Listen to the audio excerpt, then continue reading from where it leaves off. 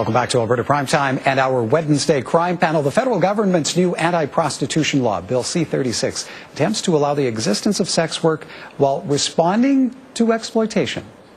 This approach is consistent with the bill's objective of reducing the demand for prostitution while treating those subjected to it as victims who need assistance, not punishment.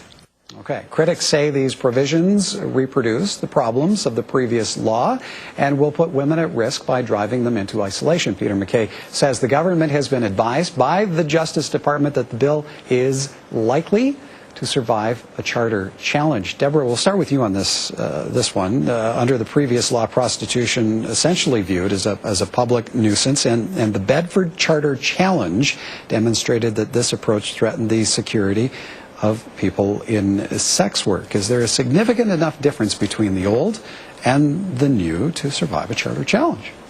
Well, it would seem that this new legislation brings in some of the elements that we saw in the prior legislation, which were successfully challenged. It's surprising that with so many voices in the Senate hearings on this legislation, challenging the legislation and saying that it's problematic and that it's not right and that it's not charter compliant, it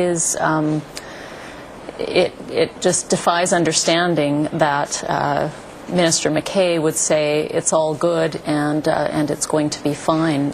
This government federally has not shown much ability or inclination to listen to those who take a look at the laws and tell us what might be the issues with it. They don't seem willing to listen.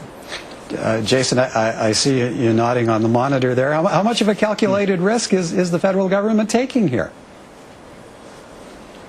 Well, at the risk of making it sound trivial, I think the government is rolling the dice to an extent. I mean, really, how much of an assurance is it these days that the federal government's legal department says that it will survive a charter challenge, considering how many recent rebukes the federal government has been handed at the hands of the Supreme Court? You look at the appointment of Justice Nadon to the Supreme Court not too long ago, it being successfully challenged, and the list goes on and on. So the fact that the government's own legal advisors say this will survive a charter challenge, to me, doesn't necessarily make it a slam dunk. Okay, Irfan, a recent survey by the Canadian Institutes of Health Research shows the majority of sex workers do not view themselves as victims in much the way the federal government does. What then needs to happen to ensure that choosing the profession, those folks are really protected?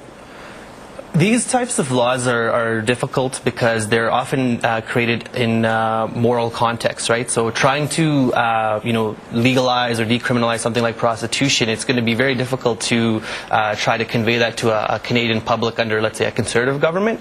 But at the same time, any laws or bills that are passed that are aimed towards individuals who are involved in the sex trade industry, it has to take a harm reduction approach, right? It has to go beyond just looking at the act itself, but looking at what those forces are in place that is causing those high-risk situations for those individuals, right? So a country like Zurich, for example, has done something like that, where they have allotted certain areas in the city for this type of work to be conducted, and there are certain protections in place for those individuals engaged in the activity, where as long as it's happening within these agreed upon, consented, legalized spaces, the safety nets are there. And I don't think somewhere like Canada is ready to even have that discussion yet, because that's really what's at issue here. It's those involved in those activities on their own account still need those same protections.